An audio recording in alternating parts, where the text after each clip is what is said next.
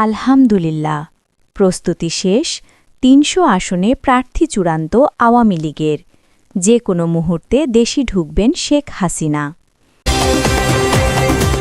অস্ত্র আছে, যুদ্ধ নেই, কর্মহীন বাহিনী, সীমাহীন ক্ষমতা বাংলাদেশের সেনা রাজনীতির বাস্তবতা। এতক্ষণ শুনছিলেন সংবাদ শিরোনাম, এখন থাকছে বিস্তারিত। ৩০০ আসনেই প্রস্তুতির দাবি। আওয়ামী লীগের সার্বাত্মক প্রস্তুতির দাবি। শেখ হাসিনার দেশে ফেরাকে ঘিরে রাজনৈতিক জল্পনা তুঙ্গে। দীর্ঘ নীরবতার পর দলীয় তৎপরতা নিয়ে নতুন বার্তা। রাজনীতির মাঠে উত্তাপ বাড়ছে। বাংলাদেশের রাজনীতিতে আবারও উত্তাপ। আওয়ামী লীগের দায়িত্বশীল সূত্রগুলোর দাবি, তৃতীয়দশ জাতীয় সংসদ নির্বাচনকে সামনে রেখে ৩০০ আসনেই সাংগঠনিক প্রস্তুতি সম্পন্ন করা হয়েছে। দলীয় অভ্যন্তরে মাঠ পর্যায়ের প্রতিবেদন, সম্ভাব্য প্রার্থী তালিকা, সমন্বয় কাঠামো এবং যোগাযোগ নেটওয়ার্ক সবকিছুই প্রস্তুতির আওতায় এসেছে বলে দাবি করা হচ্ছে। একই সঙ্গে সাবেক প্রধানমন্ত্রী শেখ হাসিনার দেশে ফেরাকে কেন্দ্র করে রাজনৈতিক অঙ্গনে জোরালো জল্পনা শুরু হয়েছে, যদিও এ বিষয়ে আনুষ্ঠানিক ঘোষণা এখনও আসেনি। ২০২৪ সালের অস্থিরতা ও ক্ষমতার পালাবদল। ২০২৪ সালের জুলাই মাসকে কেন্দ্র করে দেশজুড়ে সহিংসতা, আন্দোলন ও রাজনৈতিক অস্থিরতার মধ্য দিয়ে দীর্ঘ সময় ক্ষমতায় থাকা শেখ হাসিনার সরকারের পতন ঘটে, এমনটাই দাবি করে আওয়ামী লীগের একটি অংশ। ওই সময় পরিস্থিতির অবনতির কথা উল্লেখ করে শেখ হাসিনার ভারতে অবস্থান নেওয়ার বিষয়টি সামনে আসে। এরপর থেকে দলের তৃণমূল পর্যায়ে হয়রানি, মামলা ও সাংগঠনিক কার্যক্রমে বাধার অভিযোগ উঠতে থাকে। সরকারপক্ষ এসব অভিযোগ অস্বীকার করে আইন শৃঙ্খলার বাস্তবতার কথা বলেছে। ৩০০ আসনে প্রস্তুতির দাবি, কি বলছে দলীয় সূত্র? আওয়ামী লীগের একাধিক দায়িত্বশীল সূত্র জানায়, ৩০০ আসনেই প্রার্থী নির্ধারণের প্রাথমিক কাজ সম্পন্ন। এতে তৃণমূল জরিপ, জনপ্রিয়তা যাচাই, সাংগঠনিক সক্ষমতা, অতীত নির্বাচনী ফলাফল এবং সামাজিক গ্রহণযোগ্যতা এসব বিবেচনায় নেওয়া হয়েছে বলে দাবি। সূত্রগুলোর মতে এই প্রস্তুতি কেবল নির্বাচন নয়, বরং সংগঠনের মনোবল ধরে রাখা এবং রাজনৈতিক উপস্থিতি বজায় রাখার কৌশল। একজন কেন্দ্রীয় নেতা নাম প্রকাশ না করার শর্তে বলেন, ৩০০ আসনে প্রস্তুতি মানে আমরা সংগঠন হিসেবে প্রস্তুত। নির্বাচন কখন কিভাবে তা সময়ই বলবে। শেখ হাসিনার দেশে ফেরা, গুঞ্জন, সম্ভাবনা ও বাস্তবতা। শেখ হাসিনার দেশে ফেরার সম্ভাব্য সময় নিয়ে রাজনৈতিক মহলে নানা আলোচনা চলছে। দলীয় সমর্থকরা বলছেন, আইনি, কূটনৈতিক ও নিরাপত্তা বিষয় বিবেচনায় রেখেই সিদ্ধান্ত হবে। বিশ্লেষকদের মতে এই সিদ্ধান্তের সঙ্গে জড়িয়ে আছে আন্তর্জাতিক প্রতিক্রিয়া, রাজনৈতিক রাজনীতি এবং দেশের অভ্যন্তরীণ স্থিতিশীলতা। রাজনৈতিক পর্যবেক্ষকরা মনে করছেন, শেখ হাসিনার ফেরা কেবল ব্যক্তিগত ঘটনা নয়, এটি রাজনৈতিক বার্তা ও শক্তির সমীকরণ বদলে দিতে পারে। তবে সরকারপক্ষের বক্তব্য, এ বিষয়ে কোনো আনুষ্ঠানিক তথ্য নেই এবং গুঞ্জনের বাইরে বাস্তবতা ভিন্ন হতে পারে। দলীয় কার্যক্রম স্থগিতের অভিযোগ ও সাংবিধানিক বিতর্ক। আওয়ামী লীগের সমর্থকরা অভিযোগ করছেন, বর্তমান অন্তর্বর্তী প্রশাসনের অধীনে দলীয় কার্যক্রম কার্যত স্থগিত। তাদের দাবি এটি সাংবিধানিক স্বীকৃত রাজনৈতিক অধিকার ক্ষুণ্ণ করছে। সরকারপক্ষ বলছে, কোনো দল নিষিদ্ধ নয়, তবে আইন শৃঙ্খলার পরিস্থিতিতে নিয়ম মেনে চলা সবার জন্য বাধ্যতামূলক। আইন বিশেষজ্ঞরা বলছেন, রাজনৈতিক কার্যক্রম ও জননিরাপত্তার মধ্যে ভারসাম্য রক্ষা করাই মূল চ্যালেঞ্জ। এই ভারসাম্য নষ্ট হলে রাজনৈতিক উত্তেজনা বাড়ে, যার প্রভাব নির্বাচন প্রক্রিয়ায়ও পড়ে। তৃণমূলের চিত্র, চাপ, মামলা ও মনোবল। তৃণমূল পর্যায়ে আওয়ামী লীগের কর্মীরা মাঠে চাপ, সামাজিক বিচ্ছিন্নতা এবং মামলা হয়রানির অভিযোগ তুলছেন। তবে একই সঙ্গে তারা বলছেন, অনলাইন সমন্বয়, সীমিত বৈঠক এবং ব্যক্তিগত যোগাযোগের মাধ্যমে সংগঠন ধরে রাখার চেষ্টা চলছে। দলের একাংশ মনে করছে, পুনর্গঠন ও সংহতি এখন প্রধান লক্ষ্য। নির্বাচন নিয়ে প্রশ্ন, প্রস্তুতি নাকি চাপ? ৩০০ আসনে প্রস্তুতির দাবি, নির্বাচনী প্রস্তুতি নাকি রাজনৈতিক চাপ সৃষ্টি, এই নিয়ে মতভেদ রয়েছে। সমর্থকদের মতে এটি আত্মবিশ্বাসের প্রকাশ। সমালোচকদের মতে এটি বাস্তবতা নয়, বরং কৌশল। বাস্তবে নির্বাচন কবে, কিভাবে এবং কারা অংশ নেবে, এই প্রশ্নগুলোর উত্তর এখনও স্পষ্ট নয়। সরকারপক্ষের অবস্থান।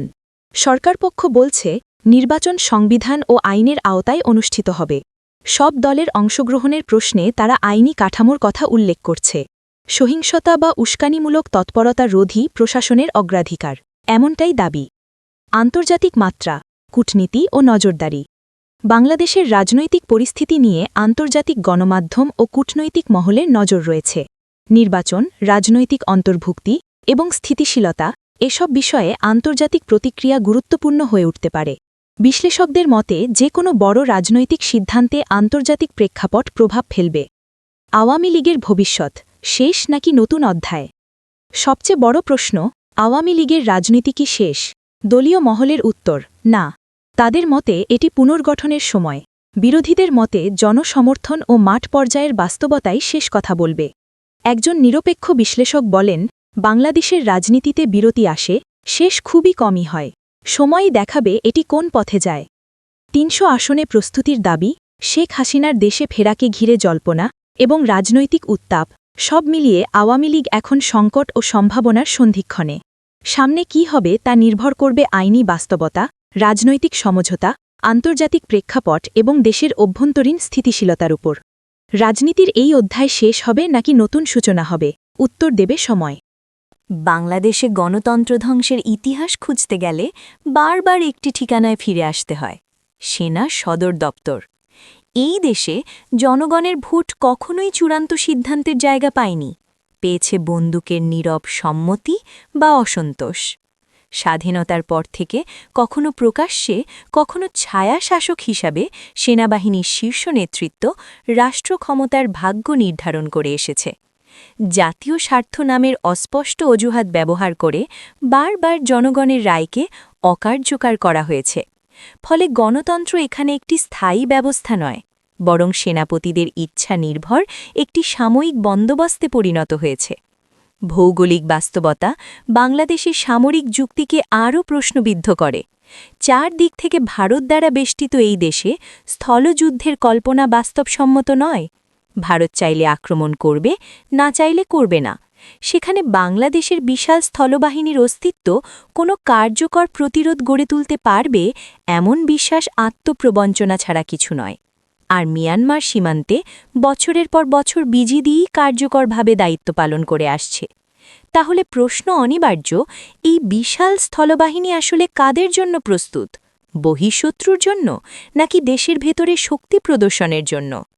আজ বাংলাদেশের সেনাবাহিনী একটি যুদ্ধরত বাহিনী নয়, বরং একটি কর্মহীন অথচ ক্ষমতাশালী শ্রেণীতে রূপ নিয়েছে, যাদের যুদ্ধ করতে হয় না, সীমান্তে জীবন দিতে হয় না, অথচ রাষ্ট্রের সবচেয়ে বড় বাজেট ভোগ করে তারাই। নিজেদের অপরিহার্য প্রমাণ করতে ব্যস্ত। জনগণের ট্যাক্সির টাকায় গড়ে ওঠা এই সুবিধাভোগী অফিসার শ্রেণী ব্যারাকে বসে রাষ্ট্রীয় সুযোগ সুবিধা ভোগ করে, আর রাজনৈতিক সংকট দেখা দিলেই গণতান্ত্রিক পরিসরে হস্তক্ষেপ করে নিজেদের উপস্থিতি জানান দেয়। বাংলাদেশের রাজনৈতিক জীবনের সবচেয়ে ভয়ঙ্কর লক্ষণ হল প্রতিটি সংকটে একটি প্রশ্ন ঘুরে ফিরে আসে, সেনাবাহিনী কি ভাবছে? এই প্রশ্নই প্রমাণ করে রাষ্ট্রটি কতটা গণতান্ত্রিকভাবে অসুস্থ। একটি সভ্য গণতন্ত্রের সেনাপতির চিন্তা রাষ্ট্রনীতির কেন্দ্র হতে পারে না, অথচ বাংলাদেশে সংসদের চেয়ে সেনাপতির প্রভাব বেশি। নির্বাচিত সরকারের চেয়ে ব্যারাকের নীরবতা বেশি গুরুত্বপূর্ণ হয়ে উঠেছে। এটি কোনোভাবেই স্বাভাবিক রাষ্ট্র ব্যবস্থা নয়। এই পরিস্থিতিতে সেনাবাহিনী বিলুপ্তির দাবি উঠছে। এ দাবি হয়তো চরম, কিন্তু এর পেছনের ক্ষোভ অযৌক্তিক নয়। জনগণ সেনাবাহিনীর ওপর আস্থা হারাচ্ছে, কারণ তারা আর রক্ষক হিসেবে বিশ্বাসযোগ্য নয়। মানুষ স্পষ্টভাবে দেখছে, যেখানে সেনাবাহিনী শক্তিশালী সেখানে গণতন্ত্র দুর্বল, আর যেখানে সেনাপতিরা নীরব সেখানে ভোট কথা বলে। এই দ্বন্দ্বই আজ বাংলাদেশের রাষ্ট্রীয় সংকটের মূল। তবে সমাধান সেনাবাহিনী ধ্বংস করা নয়, সমাধান হল ক্ষমতার নির্মম পুনর্বিন্যাস। সেনাবাহিনী থাকবে, কিন্তু রাজনৈতিকভাবে অক্ষম হয়ে। সেনাপতি থাকবে, কিন্তু জনগণের কর্মচারী হয়ে, রাষ্ট্রের অভিভাবক হয়ে নয়। প্রতিরক্ষা বাজেট থাকবে, কিন্তু সংসদের কঠোর নজরদারিতে। অভ্যন্তরীণ রাজনীতিতে সেনা মোতায়েনের পথ সম্পূর্ণ বন্ধ করে দিতে হবে সাংবিধানিকভাবে। বাংলাদেশের ভবিষ্যৎ বন্দুকের নলে নয়, ব্যালট বাক্সে নির্ধারিত হওয়া উচিত। যারা আজও মনে করে সেনাবাহিনী ছাড়া রাষ্ট্র টিকবে না, তারা আসলে জনগণকে বিশ্বাস করে না। আর যারা জনগণকে বিশ্বাস করে না, তারা কখনো গণতন্ত্রের পক্ষে থাকতে পারে না। এই দেশ সেনাপতিদের নয়, এই দেশ জনগণের। এই সত্য মেনে নেওয়াই হবে বাংলাদেশের গণতন্ত্রের প্রথম বাস্তব বিজয়।